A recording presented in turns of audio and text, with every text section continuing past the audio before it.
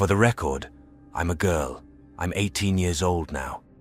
But this encounter happened when I was 13 years old. It might be a little long, but bear with me. I promise it's going to be okay. So this meeting happened sometime in 2013, and I was in a women's group. We met weekly and worked exclusively with teenagers. There were different places in my town, and of course, I went to the closest one. It was about 10 minutes from my house, and the building where we met was in a large park by a lake. He had a great time. The group is for girls ages 13, 17, so we all got along well with each other. I met a particular group on Thursday night, and there were 9 of us. 2 of them were friends of my family and became my best friends for life. They, 2 other girls, and I went to the same school. Every year we had this camp. The goal was to do everything ourselves. We had to set up our own camp, cook our own dinners, and honestly, it was a lot of fun. I'd been there twice before, and it was kind of a competition, and our group split into 2 parts. Me, Erin, Izzy, and Jez. The other 5 girls were in a different group.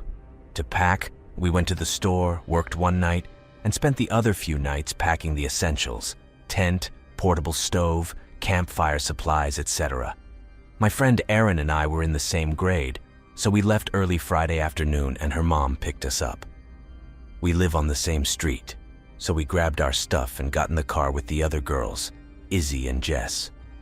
The park where all the campgrounds were located was pretty big, and we stopped at a pizza place.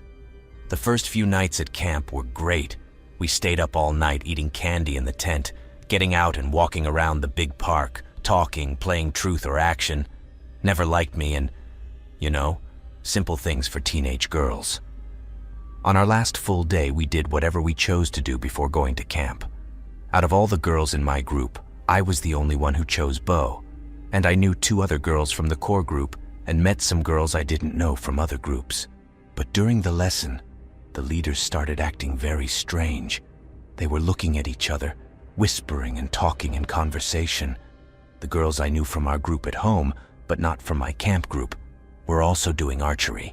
So I stayed with them, and we were perplexed as to why the counselors were acting so strange.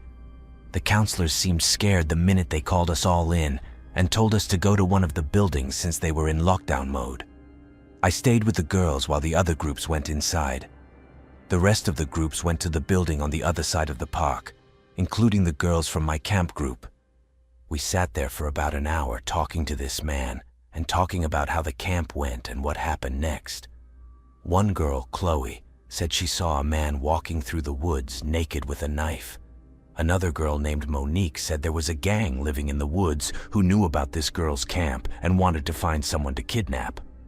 Naturally, we were all scared.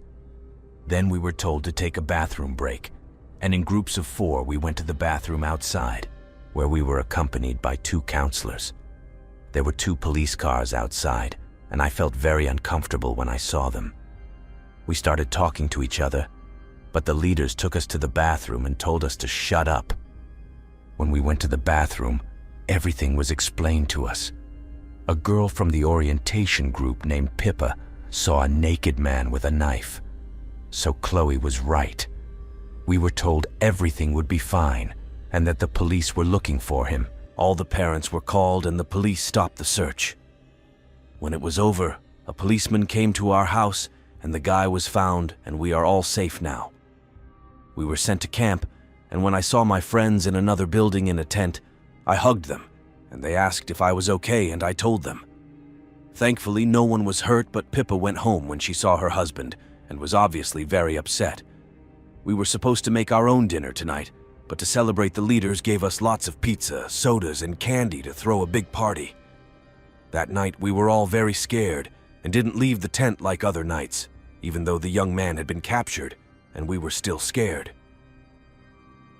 The next year, a girl named Hannah showed up in my class. I learned that she was a member of the same girls' club as me, but from out of town. After he told me about it, I got to know him a little bit and remembered the incident at camp last year, and it was indeed at camp. She went to orientation where she saw the guy, and he told me he was completely naked and carrying a knife. I think he must have been up to something, but it was still a scary night. I come from a military family and have lived all over the country, often unable to maintain long-term friendships. I'm also insanely sociophobic, so I'm usually not good at making friends. This story begins after living in rural Newfoundland for about 3 years when I was 14 years old. I had no friends, my home life was terrible, and at this point I was very depressed. I lived on an acre of land, on a river separating us from 1,000,000 acres of rural forest. I don't know what size it was or what it was like. There were lots of ATV trails. It was an amazing forest, and I have many stories about it. Examples include a forest with bear traps, a 40-foot swamp, a random abandoned village, and a house in one place. But those are stories for another time. So, it was the end of August. My parents told me that for weeks they had heard screaming and yelling coming from our backyard. They saw flashlights and thought it was kids trying to break into our garage and steal beer or something. I heard them too.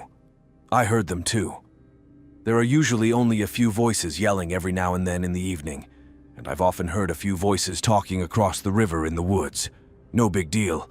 There were a lot of kids in those woods, and I didn't feel like talking to them because of repressed social anxiety. For weeks afterward, I heard kids doing their usual 4 o'clock in the afternoon chores. I decided, screw it, I'm going to see something really funny.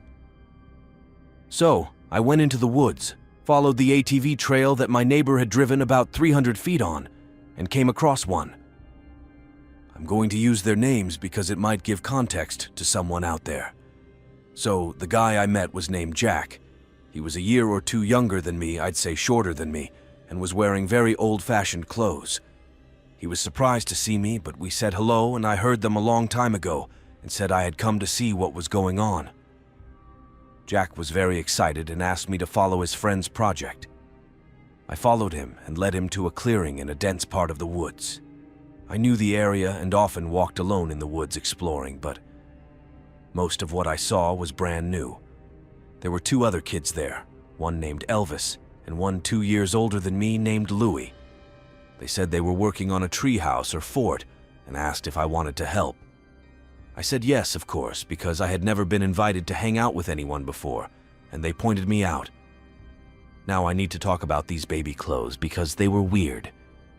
When I say went out of style, I'm talking about the flashy fashion of the early 80s. There are neon colors and one-shoulder baby clothes. Honestly, it was just a mess.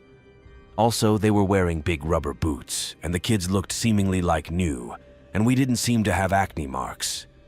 Their hair was messy and their clothes were damn clean, and I thought they got that stuff from their parents or something. By the way, they claimed they were all friends, not brothers. So these kids were nice to me, and I'm really nice. But I never got to know them, so they didn't want to talk about their family life or anything. But considering where I live and all, it's not that surprising. Using axes, saws, ropes, and nails, we built a very sturdy fort. Its birch walls were about 8 feet high.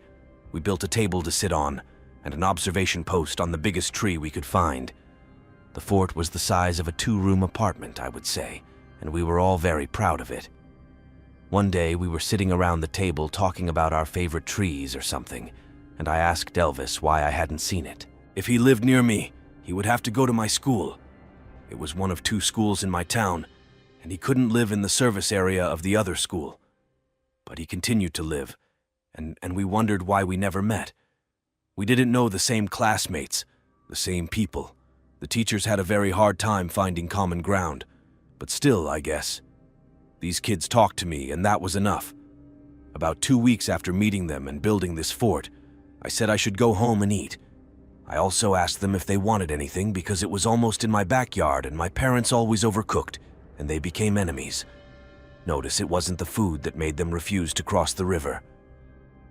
Louis and Adamantius made up a story about how unfortunate it was to cross someone else's river. But I didn't want to push my point, so I asked if they wanted anything. They said yes, and I brought a pie, which we all ate. They apologized for their anger, which was very biased. Honestly, I never thought about it again. We spent the rest of the day planning an outing into the woods in search of thick pine trees. But now a week had passed. I drove to the fort, and we continued our work. but today the boys looked tired, if that's the right word. Jack looked particularly bad. He'd had pneumonia 3 times or so, and it seemed to have taken a big toll on him. I asked her if she was okay, and she said yes. It was just the flu, but they all looked very wet. Maybe I should say oily, but her hair was sore, her skin was shiny and clammy, and her clothes looked awful. I wasn't surprised because these kids wore the same clothes every day as the other poor kids in town, and they never looked like this. We played for about an hour before they left. Lewis said he'd see me tomorrow, and Jack and Elvis coughed like they smoked a pack every day. I told my parents about these guys, and they thought the kids were weird, but a kid who didn't have any friends only found 3. Don't ask questions, okay? By this time, the nighttime screaming had stopped. After that, we never saw the lanterns again. The next day, I returned with an axe and stakes in hand because we planned to give the roof a new look. When I got to the fort, it was in ruins. The walls had collapsed, the table had split in half, and 1 or 2 pieces remained on the observation deck. The most amazing thing was that everything, I mean everything, had rotted away, as if it had been lying there for decades. There was almost nothing left of the table, and we had a sprout the size of half a tree lying on the floor. My only thought at that moment was, what's next? And I assumed that maybe someone had found our fort and destroyed it or something. So I waited for the kids to come. The next day, and the next day, and the next day, and the next day, and the day after that I waited a week, but I never saw those kids. I was so depressed that I finally stopped waiting for them. I wanted to look for them, but they never showed me or told me where they lived except on the hill. My parents saw this too, and asked why I didn't talk to the kids, and I told them what happened. They dismissed that, and told me that if they didn't want to be friends with me, then I didn't need them anyway, and after that, I grieved for a long time, but eventually got over it. Now that I'm 29, my wife and I talk about the guys we dated and how we built a cool fort. I explain how they look and act. All in all, it's a great memory with a sad ending, but my wife looks at me wide-eyed and says, "You hang out with a lot of cool kids." I find this crazy, but he asks if anyone else has seen them. I have to admit, no. They saw the flashlight, but not the kids. They've heard and heard of them, but no one but me has seen them. I couldn't find any records either.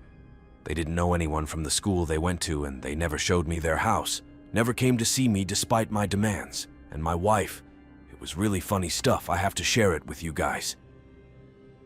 Here I am. The other day I shared a story about strange children in the woods. It went so well that I thought I'd share another story that happened to me. I remember there was a big forest behind my house, and I lived in Newfoundland. It was wild, untouched nature. There were several ATV trails through this forest that went pretty far into the backwoods because people would often go into the woods for the day, having parties in the woods, moose hunting and things like that. But after about 15 miles or so, there's a gravel hill on one of the roads. No one knew exactly why it was there, but once a month people would come here wanting to have a party. For me, who had almost no friends, the only friend was the woods. I knew this forest well. I knew where all these strange places were. I knew the way down. I knew something was different. I wore them almost every day, often walking for hours, listening to music or enjoying nature. Then one day I was walking longer than usual, about 12 hours, and I wanted to get back to this gravelly ground. I had a beautiful view of the valley from here, and I knew some good places nearby where I could enjoy a relaxing vacation. It was a nice day. The sun was shining. It was full summer, so the first thing I did was get out of the house and go for a walk. The drive there was uneventful, the forest was as usual, and I didn't think much of it. Considering the terrain, the drive to the place took about 6 hours, but I didn't mind. I want to emphasize that nothing abnormal happened during the trip to the gravel site. I had some water and a snack with me, and I wore a hat because I got sunburned from too much thinking about the sun, sunscreen, and appropriate clothing. I didn't meet a single person on this trail, which was to be expected considering where I was headed.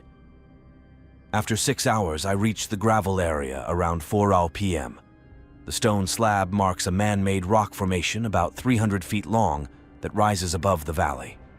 At the center of this site, like many others in Newfoundland, is an old box house.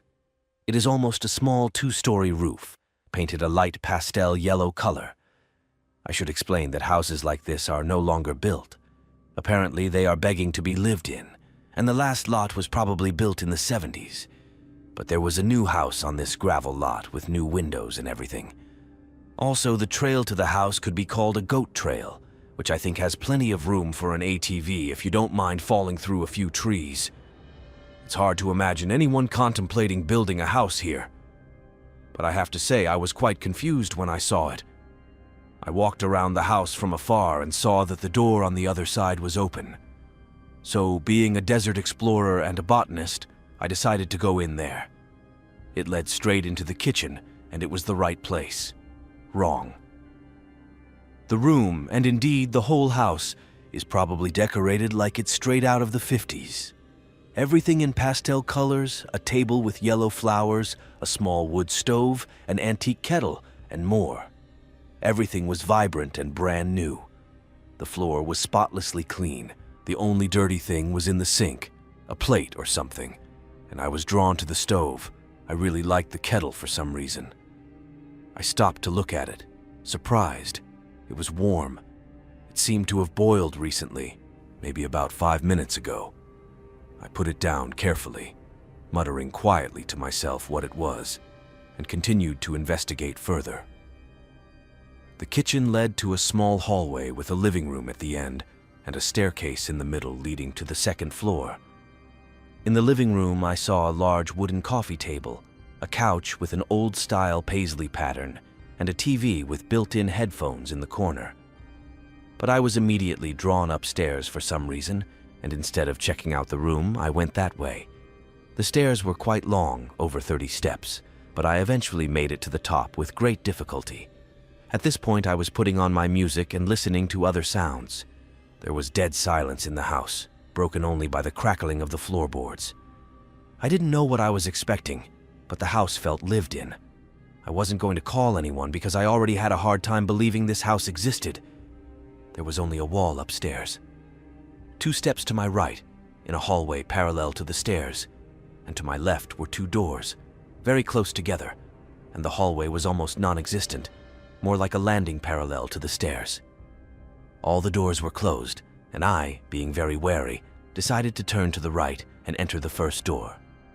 The room, which I assumed was a little girl's room, was filled with dozens of old, creepy Victorian dolls. There was a small bed, pink walls, and a small, half-empty toilet. Thankfully, the dolls didn't look at me, because even on a good day, dolls creep me out. There were no girls in the little room, but everything looked clean. The bed was made, the floors were washed, everything was in its place. I noticed an old hand mirror in the dresser, probably one of those plastic ones they give to little kids, and muttered why not, and decided to take a look. Not a second later, a scream was heard from behind the door on the other side of the landing. It was one of those old brass and crystal buttons that I distinctly remember. Honestly, I had never been so scared in my life when I turned around and saw the door slightly ajar and someone standing on the other side. The feeling was not a pleasant one. He had been a bit hostile since he walked in here, and now I felt like he had increased the level to 11. I ran out into the hallway as fast as I could and jumped down the stairs. I lacked the grace of someone who could leap across the floor and behave. I crashed into the wall, leaving a large dry hole in the shape of a man. I ran out the kitchen door as fast as I could and kept saying no as I left the house. I looked back to see what had happened, and yes, there was a house, and yes, I saw someone coming down the stairs. One look was enough, but I made it to the woods, down the goat trail, and finally home. I didn't think it would take a while to get kicked out by someone with or without a gun. I needed to get out of here. The adrenaline held for about an hour after I got home, after which I immediately got worried about everything, and the rest of the drive home went smoothly. When I got home, my parents weren't there, but I didn't have time for that. I went to bed and fell asleep as fast as I could. The rest of the summer passed without incident, and toward the end I told myself to go back to that gravel pit and take another look at the house. Perhaps I would apologize if I scared anyone in a house I almost didn't believe existed. But when I got back there, the house was nowhere to be seen. There was no indentation in the ground, not a piece of wood or anything. A few old beer cans from yesterday, probably recently thrown there. Completely confused and a little scared, I decided to leave the place alone. When school started, I told my classmates all about it, but they thought I was making it up, probably due to heat stroke or something. But I know what I saw. It was a haunted house. One of my classmates, a guy named Randy, said he'd try to find the place if he was there that weekend. I told him to go, but only if I didn't go there. On Monday, Randy reported that yes, he had seen the house. As I described it, it's a box painted pastel yellow with an open door to the kitchen. When asked if he had hid it, he replied that he had not ₹1,000,000. When asked why, Randy said that when he got there, he saw a little girl about 5 or 6 years old in the second-floor window. The place matched my idea of where my little girl's room should be, she said, shaking her head and looking at it with wide-open eyes. Randy was a very nice guy, and this kid was in an abandoned house with no one watching over him, so he walked to the door to go in. As he looked inside, he saw a figure standing in the room, at which point he ran out of the room as fast as he could. He said the energy was horrible, and he didn't want to be angry anymore. He didn't look back, and he didn't want to look back, he told me. Afterward, a few more people went to the gravel pit to see if they could find the house, but no one was successful. They said I was just a pile of gravel and just a nervous idiot. Randy even pulled away and said he did it to scare me, but I know fear in someone's eyes when I see it. Randy was very scared, and I can't blame him. I went back in that direction several times after that when I lived in Newfoundland, but never saw that house. It was one of those things I couldn't figure out, and it still blows my mind when I think about it. The feeling was crazy. That's the only way I can describe it, and I haven't felt that anger since, and honestly, nothing has come close to it. I have experienced and seen dozens of other horrors, but this was the most hostile feeling. I can safely say I will never see that place again. A few years ago, I moved with my family right out of college. Unfortunately, it was too far away from the university I was attending, so I tried to settle closer to the university. My dad helped me out and showed me an ad on Craigslist. It was renting out a nice house that was close to my university, so I decided to go look at it. I arrived in the afternoon, and unfortunately I was alone. My father said I was older and older, so I shouldn't worry about meeting this man. The older man greeted me and then said, "You'll have to follow me to enter the house I rented." I was puzzled by this and said, "Your father's house is rented. Why would I have to go anywhere else?" He said, "This is my house." At this point I was a little worried, but I followed him to another house. I thought I would leave if something went wrong, but when we got there I saw that the house looked bad and there were people there, but I didn't see any cars around, so it seemed very strange. He looked at me and said, "Do you want to check it out?" I said I don't know, it wasn't in your ad and it looks like there are other people there. He told me that other people were looking at it and I could join them. But something about it seemed odd, and I told him I wasn't interested anymore. The place didn't look good from the outside. Apparently there were people in the house. When he asked why I wasn't interested, I said it was too far to school and work, and he got very angry with me and accused me of wasting his time. I said I'm not the person who advertises a house for sale, and then I tell the person that the house is not for rent, and he gets flustered and starts looking at the house and asks if I'm sure I don't want to look at it. Here. I said no and walked away. Thankfully, he never contacted me again. I'm not sure what his intentions were, but something about this situation doesn't feel right to me. Maybe he wanted to show me the house, but I didn't like that he lied about it and that there were people in the other house. I don't know what happened there, but I didn't want to know. I also didn't like the way he looked at the house when he asked if I was sure I didn't want to see it. It was strange that he wanted me to go into the house because he was angry with me. In January 1995, coming home from vacation, I saw something from a movie. I was preparing to deploy to Gitmo as part of the Joint Task Force, and I had to take care of 2 cats my parents had adopted a few months earlier. The drive home usually took about 6 to 7 hours, but I didn't mind the drive. Anyone who drives in Texas knows that you can drive for a long time and not see a single car on the road. So, around 9 p.m., I'm driving to Dallas, a 15-minute drive from Seymour, Texas. The two cats were sleeping in the back seat near the back window, and then strange things started happening.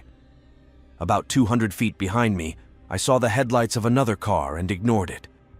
After a few minutes, both cats started crying repeatedly, so I decided to let them go to the bathroom and pull over to the side of the road. So, I'm freezing in the middle of the desert with two cats because it's January and I'm waiting for them to do something. After about 5 minutes of smoking, I decide to take them back to the car and give them dry food. I start driving back down the road. About 10 minutes go by, and I see headlights behind me, maybe a little closer than before. Both cats jump out the back window and start making noise again. Then I realize that the car behind me never passed when I stopped. I started to let a car pass, but as I got up the hill, my headlights went out and no car passed. I was passing through another small town and stopped to stretch my legs. It was about 10 p.m., a little drive left, and I was back on a 2-lane road at 6570 Meposh. And indeed, the light came on again about 10 minutes later just outside of town. But this time I decided, the hell with it, and pressed on the gas. As I approached the bridge leading to the next town, I passed a police car. He, of course, turned to me and smiled, and I pulled over, rolled down the window, and showed him my driver's license, military ID, and badge. He asked me where I was going, but got distracted standing by my car. He seemed to be looking up at the sky. I told him that someone had been following him for an hour, and no matter what I did, the car behind him kept up. He gave me a warning and told me to turn around at the stoplight and walk around town. He said he would stop the next car and check them out.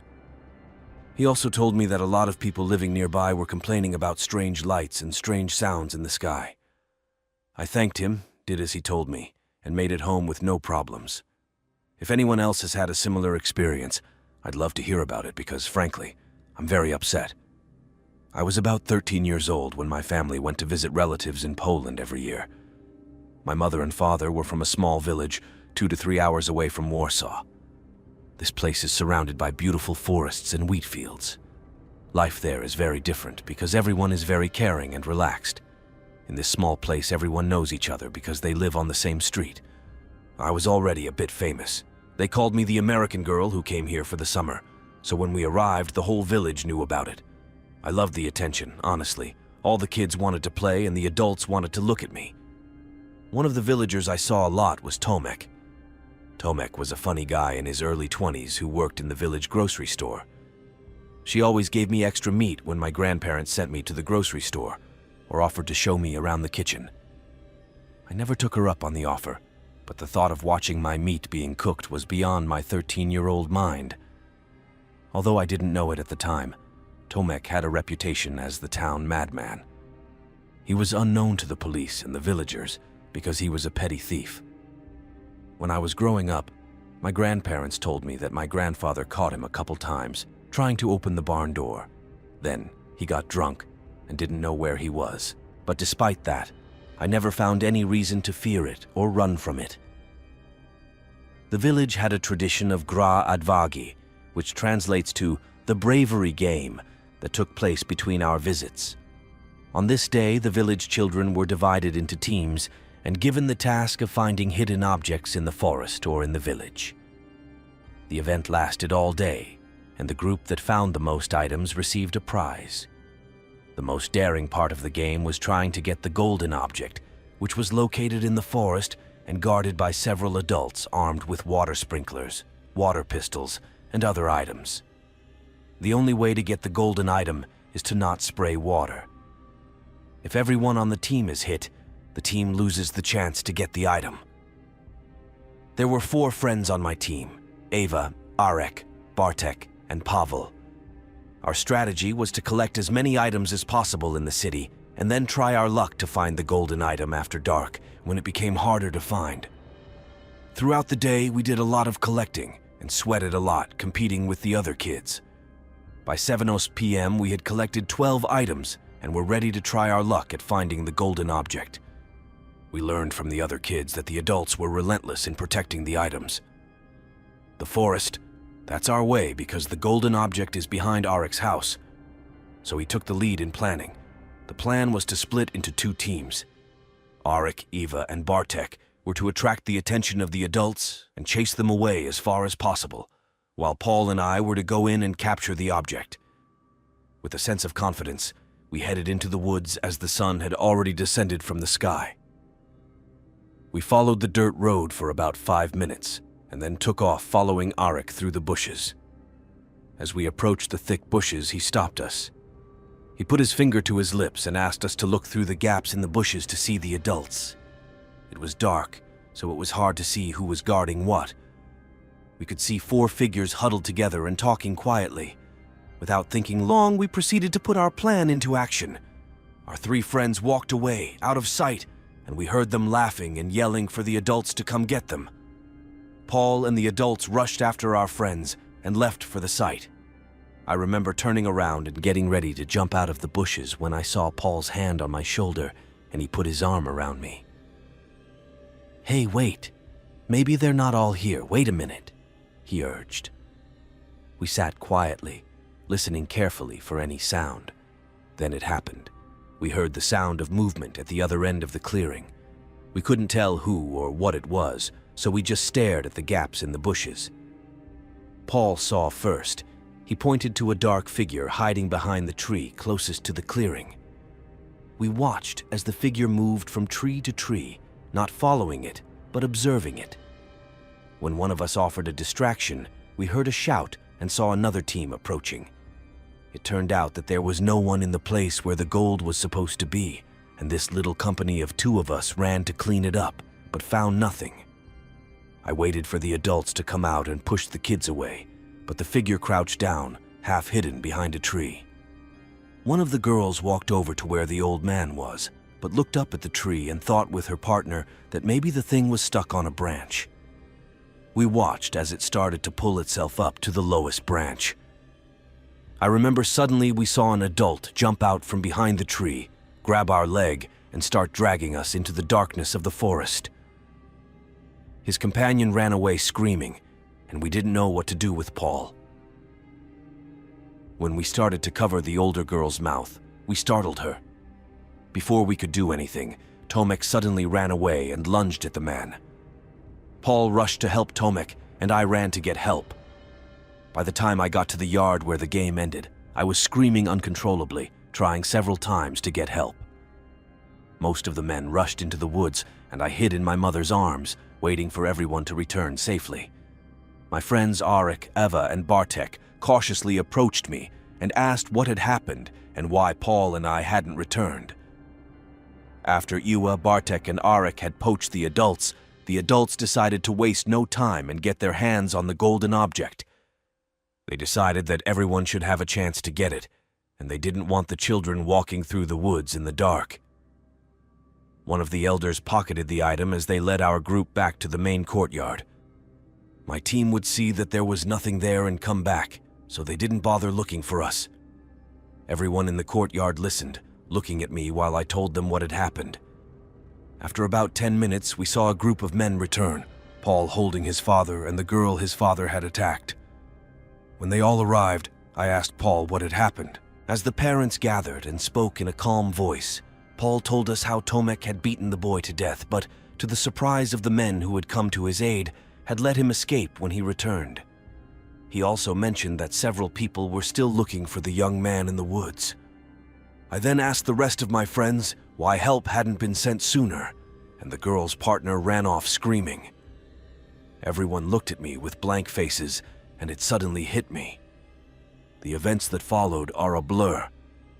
My friends and I rushed to the parents' house and asked about the girl. People were shouting his name and begging to get out. Chaos of adults rushing to get their children out into the storm and back into the woods to search the woods and call the police. And now 8 years had passed and it still hadn't been found. Tomek was one of the prime suspects who was thought to be involved in the kidnapping operation. but gave it up when he saw too much attention on the incident. I don't know what happened to her, but I can't help but feel guilty for not doing anything to help either of these girls. I saw the girl run away, and Paul and I were the last ones to see her. And sometimes when I see a boy with curly hair, I go back to that night and see his curls and his figure disappear. Her name is Dorota, and I hope she is alive. This happened to me when I was in high school, and to this day I can't explain it. My sophomore year of high school, I had a boyfriend who was 2 years older than me. He was ready to go to Marine Corps boot camp after high school. We definitely had puppy love, and he became my first serious boyfriend. The time came and he graduated from high school. He was going to spend the summer with his dad in California, and I was going to spend the summer with my dad in Pennsylvania. At the end of the summer, he was going to go to basic training at MCRD in San Diego. We chatted all summer, but then had an argument and eventually parted ways. I honestly don't remember why, but we stopped communicating for a while, and he went to basic training, then infantry training, and then Iraq. He was there for a few months and wrote to me. I replied to the letter, and we talked about it several times a week. One of the conversations was about our breakup, and we fought about it again. I stopped getting letters from him after that, and thought he was mad at me.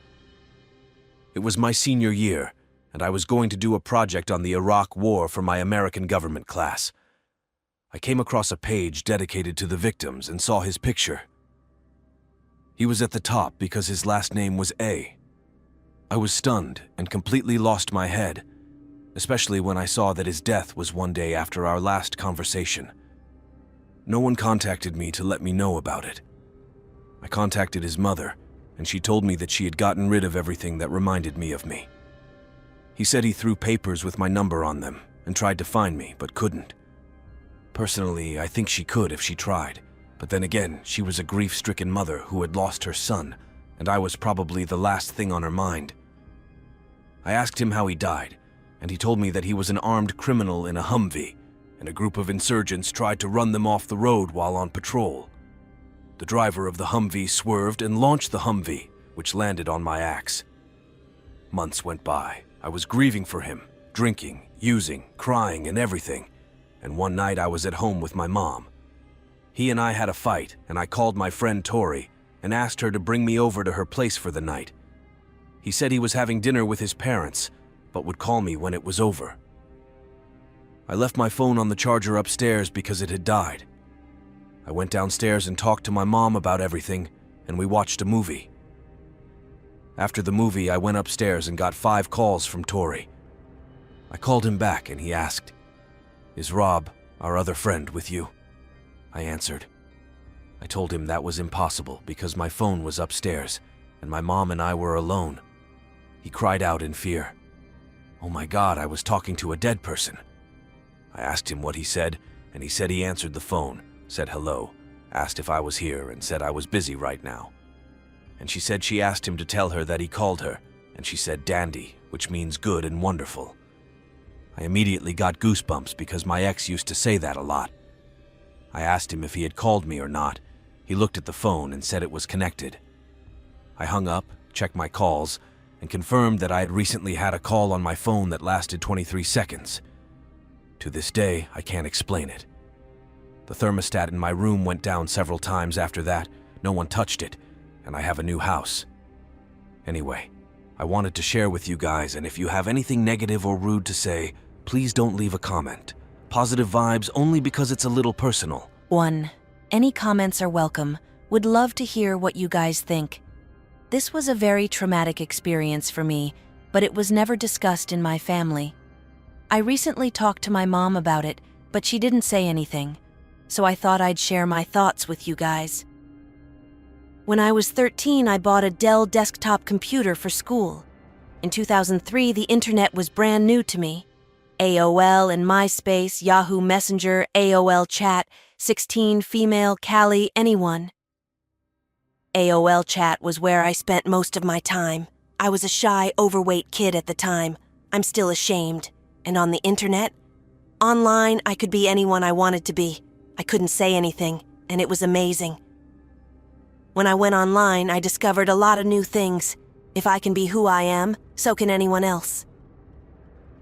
That's how I met a 27-year-old man. One evening, I logged onto the internet. The sound of logging into AOL still made me uncomfortable. I was sitting in my cold, dark kitchen. There was a computer I could look at, but it was just my mom's, and she was always working, so no one was watching me. Plus, he didn't know how to use a computer, so I left with a bunch of stuff. I was bored, so I went into the AOL chat room, chatted for a while, and then said, "I'm 15 years old. I'm a woman." I was 13, but when they told me I was 15, I looked much older. Then came a private message. It said, "Hi, my name is Rob. Where are you from?" That's how it started. I told him where I was from and that I was in high school, and it wasn't a lie. I was in school from 7th through 12th grade. I said you, and he said 19, male, NYC. I thought, oh my gosh, that's awesome. I'm talking to an older guy, and he was nice. Honestly, I don't remember much. Maybe I missed it all, maybe my memory is a little short, but I remember emails and random phone calls saying he was seeing another girl and wanted to end the relationship, but she begged him to let me. I was worried.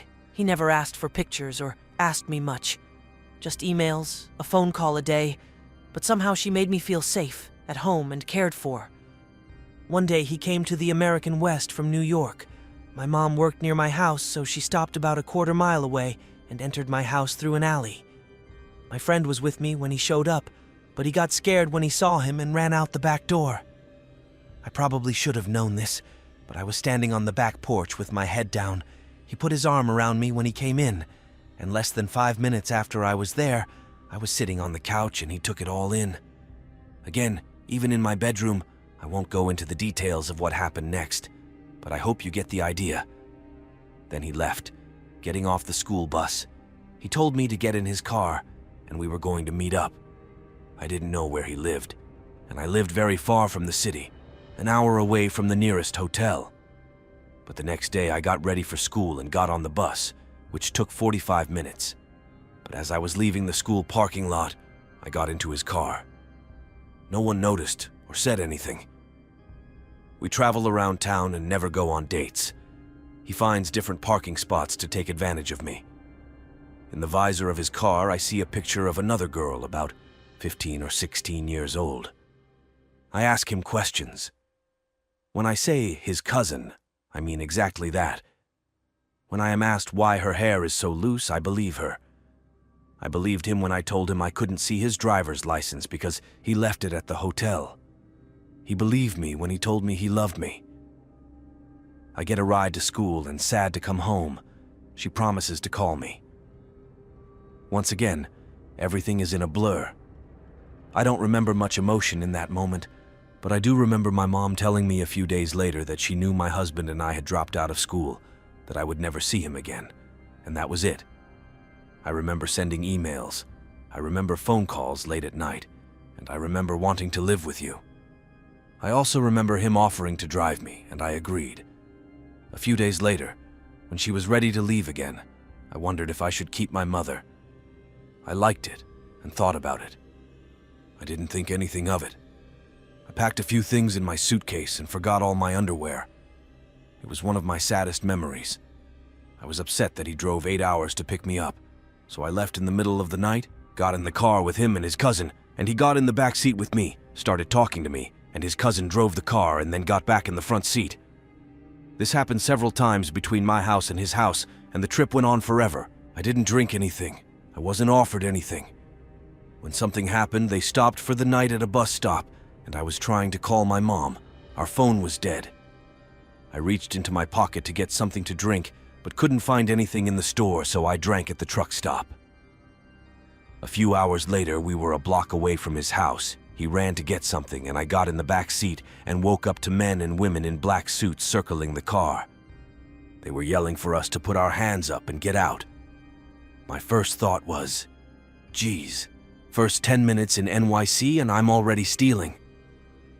Terrified, I get out of the car and the man pulls me to the curb while the other officers knock his cousin to the ground.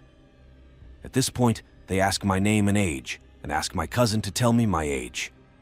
They put me in the back seat of an unmarked car and drive me to the NYPD. Past reporters, cameras, and trucks, I make my way to the back of the station where I see Rob on the shelves for the last time. Falling in love with a 14-year-old girl was a disaster. I was taken to a room where I was interrogated for hours.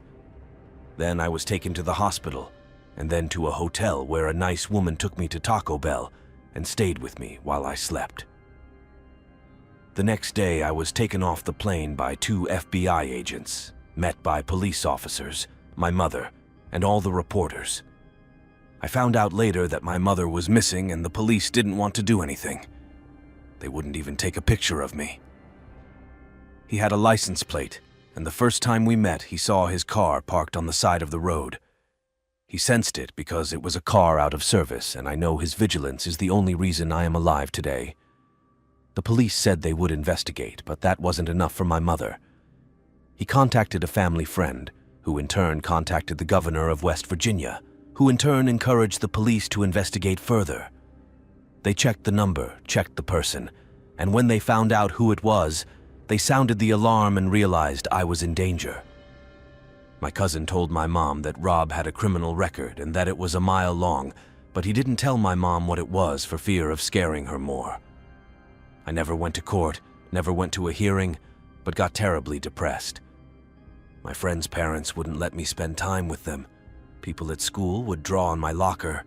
I had no friends, but most of all, I thought the man was in jail for loving me. When I found out that he was sentenced to 10 years in prison and that he had to serve every year, I was very upset. I was in psychiatric hospitals for years, on lots of medication, and the psychiatrists never talked to me about anything. I had to experience it for myself, and my teenage years were even better. I moved on to another school, made the best friends, and graduated, but still, in the back of my mind, I thought that because of me, a man had lost 10 years of his life. I was informed that he had been released from prison. A few years after his release, I contacted him through Facebook. I was about 24 or 25 years old at the time, and he told me that if I contacted him again, he would kill me and my mother. He still knows where I live. I didn't know what he was going to do to me. My mother said she sold me to a sex trafficker. I was told he had other girls my age and he talked too.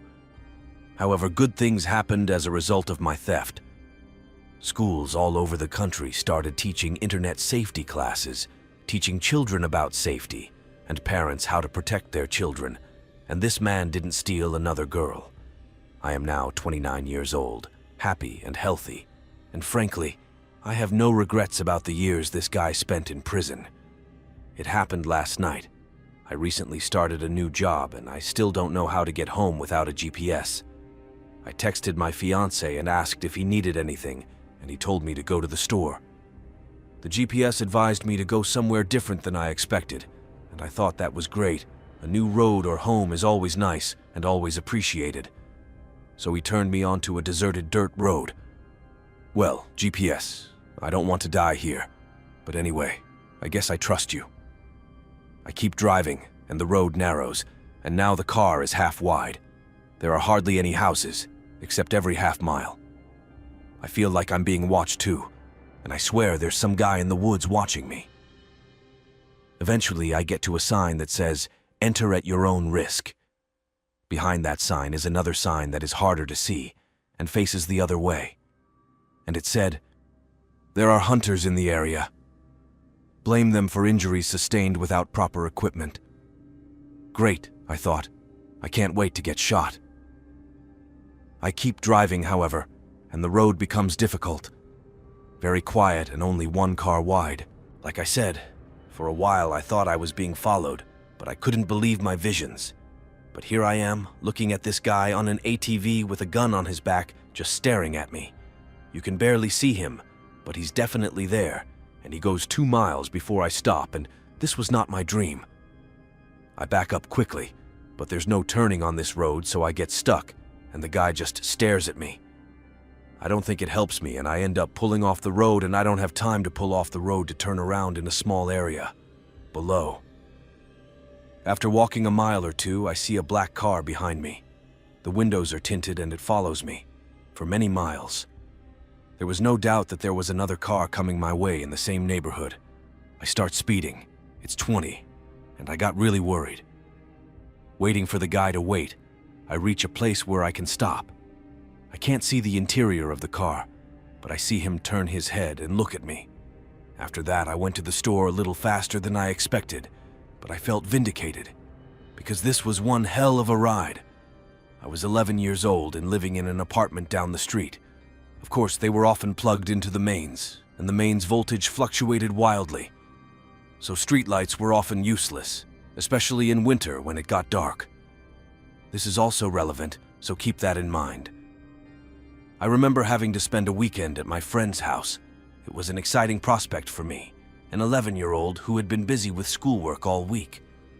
I got to spend what I thought would be a Friday and Saturday night in his bungalow, and come home the same evening. But the best part was that his parents had an incident they couldn't avoid, and convinced us to stay alone in the 2-story house for 6 hours. Then the idea of spending the night alone with a friend was great. No distractions, 6 whole hours of games and movies on the big TV. But as it turned out, my friend had other ideas. So I got to her house before 8 a.m. It was dark outside and his parents were waiting for my arrival, giving us urgent contacts, dinner, etc., talk, and also reminded them to bring home their 4-year-old Labrador because the weather was bad and his jacket had several loose inserts. Or in the rain. This is also an important fact to note. After they left, we watched some cartoons, had dinner, and relaxed playing cards in her room. It was then that my friend Sid had the brilliant idea to explore a fenced-in plot of land a few hundred meters down the street from where he lived. No construction work had taken place there, so what wasn't destroyed was overgrown with plants and weeds. We took the dog into the house, put him on a long leash that allowed him to walk within reason, took the keys, and left the house for a short 10-minute walk. By this time, it was almost 10 p.m. In hindsight, there was an opportunity to avoid this encounter. However, being inquisitive and brave 11-year-olds, we decided to do so. Without much event, we arrived at the site and started climbing the 2-meter-high wall. Luckily, the wall collapsed to hold the wall up. Once inside, Sid invited us to sit down a few feet away before one of us got scared. We looked at each other and stepped back before there was enough light to make out the general silhouette of our conversation partner. A good 10 minutes seemed to pass before I saw Sid's figure stand up and walk towards me. He walked very swiftly and carelessly, jumping off the rocks, and with such daring speed that he even cut himself with a fork. He came toward me, and I was about to laugh and call out to him in fear when he told me to get up because he needed to feed Shaggy. I remember being confused because her parents had filled her bowl with food and she had water she could use if she was thirsty. But I saw her face, and I have to say, I had never seen her so pink. He looked like he saw a ghost or something. So, without asking any questions, I agreed and we climbed the wall, albeit tensely and very quickly. But as soon as my feet touched the ground, I felt Sid grab my hand and run down the street. By the way, the wound he got from my hand took me 2 weeks to heal. We ran like hell behind him, got to his house, went through the gate and into the fence in the yard. It was a tall metal gate, and he asked me to open the door, threw various metal gate locks on the ground, and tied them together. At this point, I started to panic too, but we got into the house and Sid started running around the house, locking all the windows and doors he could, and pulling the curtains. I wondered why he did this, like a dog would do when he got up. After about 10 minutes, he came back to the first floor room, and with a very frightened look on his face, explained to me that he had done it all. As we sat apart, he looked a few meters to my right and saw the silhouette of another man in the bushes. He visualized it as he moved closer to where I was sitting and didn't seem to notice my friend watching them. He didn't want to scare me or the man, so the thought occurred to him that he would have to feed the dog to get out without informing the man sitting there. I was shocked when I heard this, and we hugged for a few minutes, deciding not to tell my parents because they had warned us not to leave his house. We didn't want this to be the last time we had fun together, so we looked out the window at the street, which was as empty as we could see, and decided to put it all behind us as excitement took over our thoughts. I wish it were all over, but what happened next is remembered to this day, and I have not ceased to dread it since. To give an idea of the location of his house, I will say that it was surrounded on 2 sides by a lawn, and the lawn was surrounded by a wall about 2.5 meters high. There was one entrance in the wall with the tall metal gate I mentioned earlier. There were windows around the house and 2 possible entrances. The first was the front door, and the second was a door to a small room next to the house. It is made of metal fences, but it is made of exposed metal, which is stronger. This room had an iron door that could only be entered from the inside, as well as a door in the wall that the room was adjacent to. However, this door had only a panel and was made of light-colored wood. So, about an hour after this incident, we were playing computer games in his air-conditioned room and talking about the way 11-year-olds talk. When you hear a dog barking, he would yelp and seem to bark at random intervals. Keep in mind that her dog was a friendly Labrador who rarely growled or barked aggressively. My friend took the dog upstairs, and when he came back, he told me he was standing on the doorstep and growing on it, and it took a lot of effort to get him upstairs because he had been trying to get back ever since. We were very confused because this was unusual for him. Thinking that a stray dog might have gotten his attention, we decided to go out on the balcony of one of the rooms, which looks directly out onto the front lawn and part of the street.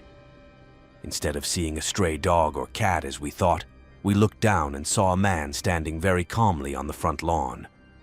In the dim light we could see he was wearing a lot of dirty clothes and the hair on his head was very dirty. The dog was on the balcony with us and asked to be taken outside.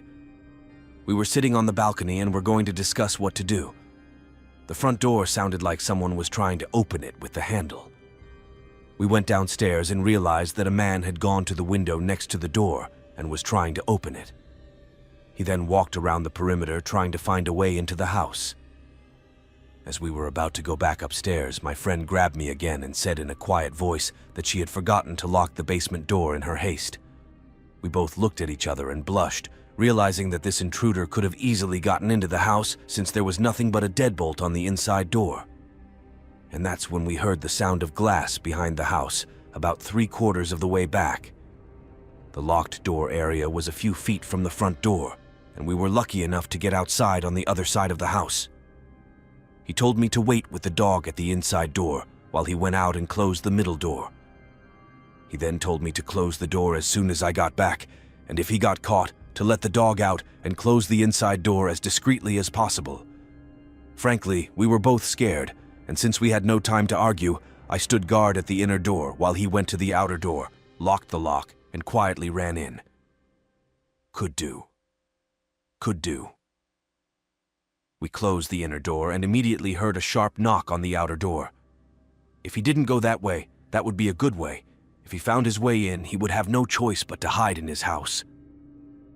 After trying to open all the doors and windows, as it took some time and effort, we headed upstairs to see if we were back on the balcony, as we had been standing still for some time. Step by step, listening to the distance. Best practices. Looking down, we saw him standing on the front lawn, but this time his head was tilted back and he seemed to be looking directly at us. But we knew it was already dark for him, so after closing all the windows and stuff, we turned off the lights and pulled the curtains in his room, so that the light from his little bedside lamp wouldn't seep through the curtains. Then he started howling in the silence of the night, and as his laughter got louder, he dropped to all fours and walked across the front lawn. In retrospect, we can see that we should have called the police a long time ago. Being afraid of 11-year-olds, we didn't want to get in trouble for not following even simple instructions. So we sat like that for almost half an hour, facing the street again, before climbing the corner of the wall and jumping up. We were still standing on the balcony, waiting to see if he would come back, but about an hour passed, and he still didn't come back, and that was the last we saw of him all night until his parents returned at 2 o'clock in the morning. Morning. The next morning, why on such a nice night all the doors and windows were closed, and why there was dirt on the front door handle. We wanted to play in the dark inside the house and lied about the real situation, and to this day I don't think this man was ever caught.